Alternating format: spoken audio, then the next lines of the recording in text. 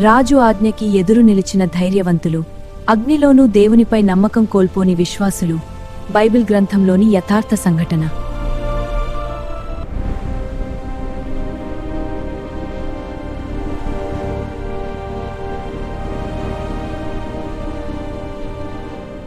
రాజు నెబుకద్నెజరు ఒక పెద్ద బంగారు విగ్రహం కట్టించాడు.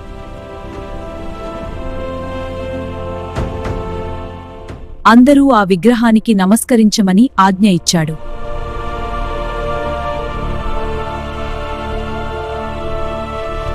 సంగీతం వినిపించినప్పుడు అందరూ నమస్కరించాలి అని చట్టం పెట్టాడు.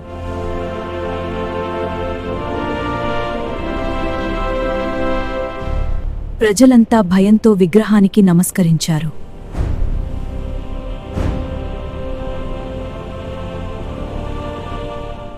కాని షద్రకు, మేషక్కు, అబేద్నగో నిలబడ్డారు.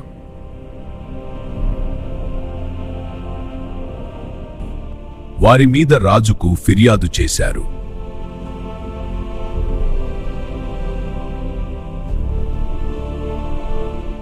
రాజు కోపంతో వారిని తన ముందు పిలిపించాడు. మళ్లీ నమస్కరించమని చివరి అవకాశం ఇచ్చాడు. మా దేవుడు మమ్మల్ని రక్షించగలడు. మా దేవుడు మమ్మల్ని రక్షించగలడు. మా దేవుడు మమ్మల్ని రక్షించగలడు. రాజు కోపంతో అగ్నిభట్టిని ఇంకా వేడెక్కించాడు.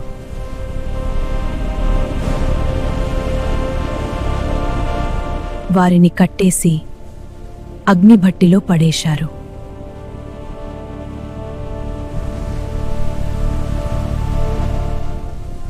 అగ్నిభట్టి మధ్యలో కూడా వారు భయపడలేదు.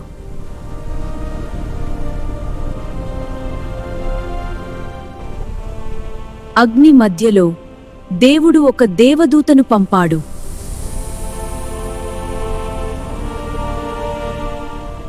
అగ్ని వారిని తాకలేదు. వారు సురక్షితంగా ఉన్నారు.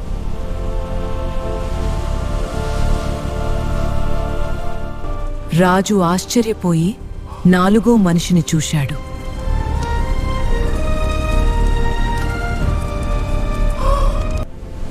రాజు వారిని అగ్నిలో నుండి బయటికి రమ్మని పిలిచాడు.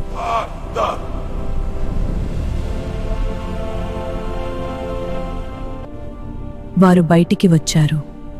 ఒక్క గాయం కూడా లేదు.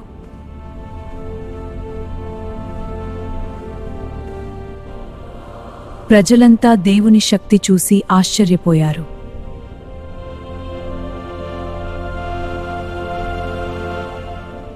రాజు దేవుని మహిమను ప్రకటించాడు. ఆయన నామానికి మహిమ కలుగుగాక. షద్రకు, మేషక్కు, అబేద్నగోను గౌరవించాడు.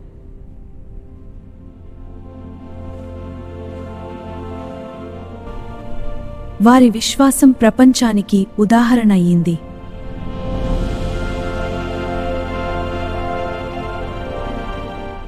నీ జీవితంలో కూడా కష్టాలు వస్తున్నాయా? దేవుడు నీతో ఉన్నాడు. దేవుడు నీకు సహాయం చేస్తాడు. మిత్రులారా, దేవునిపై విశ్వాసం ఉంచండి. అగ్ని వంటి శ్రమలు వచ్చినా దేవుడు కాపాడుతాడు. ఈ వీడియో మీకు నచ్చితే లైక్ చేయండి, కామెంట్ చేయండి. God bless you all.